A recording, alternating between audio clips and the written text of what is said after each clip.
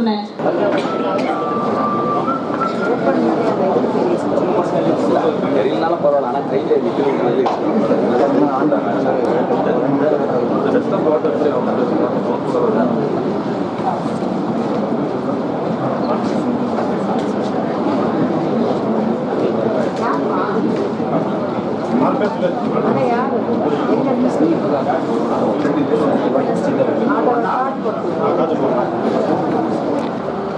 கல்லூரியின் மண்டல இணை இயக்குனர் மரியாதைக்குரிய மாணவிகளுக்கு மடிக்கணினி வழங்கும் இவ்விழாவினை தலைமை உரையாற்றி மடிக்கணினி வழங்க இருக்கும் நம் மதிப்பிற்கும் மரியாதைக்குரிய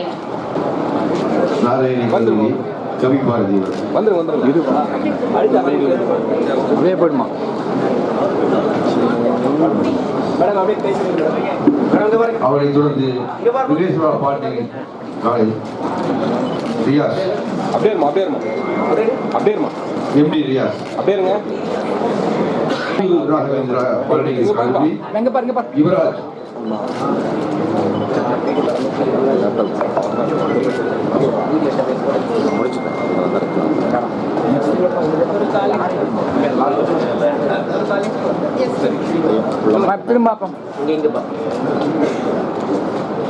தம்பி அப்படியேமா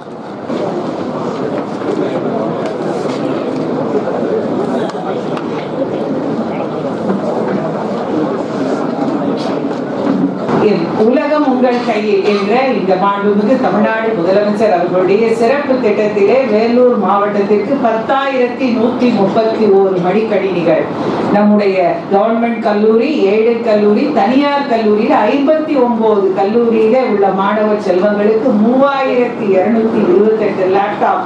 அதுல இன்னைக்கு 29 காலேஜ் 30 காலேஜை சேர்ந்த மாணவ செல்வங்களுக்கு 2,035 லேப்டாப் இன்னைக்கு வழங்குற முதல் கட்ட நிகழ்ச்சி. தனியார் மாணவ செல்வங்களுக்கு வழங்குகிற இந்த நல்ல நிகழ்ச்சி இங்கே நடைபெற்றுக் கொண்டிருக்கிறது.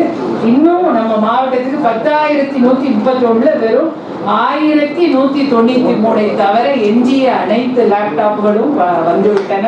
இந்த வாரம் முழுக்க இந்த லேப்டாப்களை வழங்கி நம் மாவட்டத்தினுடைய 10,131 மடிக்கணினிகளும் மாணவ செல்வங்களுக்கு சென்று சேருகிற நிகழ்ச்சியை நடத்தி கொண்டிருக்கிறோம். இந்த லேப்டாப் ஆனது Intel i3 AMD Ryzen 3 processor கொண்டது. அன்பு மாணவ செல்வங்களே, 8 GB RAM, 256 GB SSD memory card கொண்டது.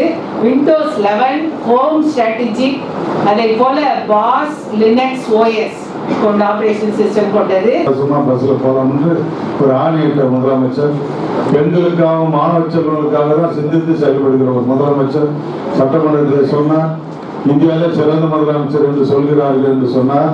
அப்போது சொன்னார் நம்முடைய முதலமைச்சர், நான் ஏற்றுக்கொள்ள மாட்டேன், நான் சட்டமன்றத்தில் எதிர்கட்சியிலே அவர் பின்னால் 3வது வரிசையில் உட்கார்ந்தேன். இப்போ முதலமைச்சராக இருக்கும்போது 3வது வரிசையில் உட்கார்ந்து கொண்ட காரணத்தால் நம்முடைய முதலமைச்சர் சொன்னார், நான் இந்தியாவிலே சிறந்த மதம் சொன்னாலும் நான் ஏற்றுக்கொள்ள மாட்டேன், என் நாடு, என் தமிழ்நாடு சிறந்த நாடு என்று சொன்னால்தான் ஏற்றுக்கொள்ளும் சொன்ன முதலமைச்சர் இந்த நாட்டுடைய முதலமைச்சர். மாணவ செல்வங்களை நீங்கள் தெரிந்து கொள்ளுங்கள். அப்போது சொன்னார், சொத்து லட்சக்கணக்கான சொத்து இருக்கும், கோடிக்கணக்கான சொத்து இருக்கும், சட்டமன்ற உறுப்பினர்களும் அமைச்சர் பெருமக்களும் எதிர்க்க இருக்கிற சட்டமன்ற எதிர்கட்சி தலைவர் எல்லாரையும் பார்த்து சொன்ன முதலமைச்சர் நம்ம முதலமைச்சர். அப்போ சொன்னார், இறுதி வரை வருவது சொத்து அல்ல, கல்வி மட்டும்தான் எடுத்து சொன்ன முதலமைச்சர் நம்ம நாட்டுடைய முதலமைச்சர். சிந்தித்து செயல்படுகிற முதலமைச்சர் நம்ம முதலமைச்சர். அப்புறம் சொன்னார், அந்த மாதிரி சொன்ன முதலமைச்சர்.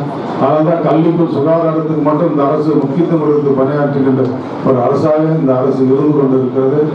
நம்முடைய மதுரை மண்ணில தமிழ்ச்சங்கம் பிறந்த மதுரை மண்ணில கலைஞர் நூற்றாண்டு வேலை லைப்ரரி கட்டி தருந்தார். 127 கோடி லைப்ரரி கட்டி தருவது மாணவ செல்வங்களை பார்த்து பேசினார். ஒரு 30,000 மாணவ செல்வங்கள் மேல அந்த நிகழ்ச்சியை கலந்து கொண்டார்கள்.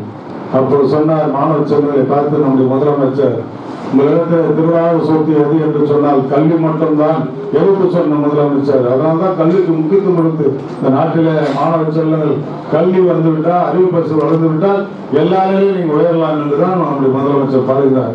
நீங்க லேப்டாப் வழங்கி உலகம் உங்க கையில் என்று சொல்கிறார்.